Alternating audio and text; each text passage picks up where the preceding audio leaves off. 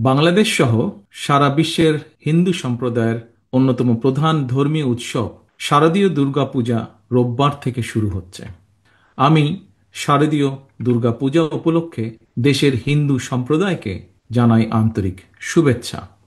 দেশের হিন্দু সম্প্রদায়ের প্রতি আমার আহ্বান, আপনারা উৎসাহ উদ্দীপনা সহকারে নিশ্চিন্তে নিরাপদে সারা দেশে উৎসব আনন্দ উদযাপন করুন।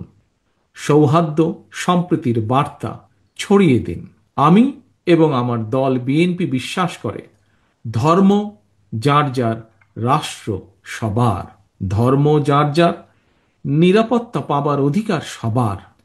সবশেষে আমি আবারও আমার এবং আমাদের দল অর্থাৎ ধর্ম বর্ণ নির্বিশেষে বাংলাদেশের গণতান্ত্রিকামী মানুষের দল বিএনপির পক্ষ থেকে দেশের হিন্দু সম্প্রদায়ের প্রতি আবারও শারদীয় দুর্গাপূজার আন্তরিক শুভেচ্ছা জানাই।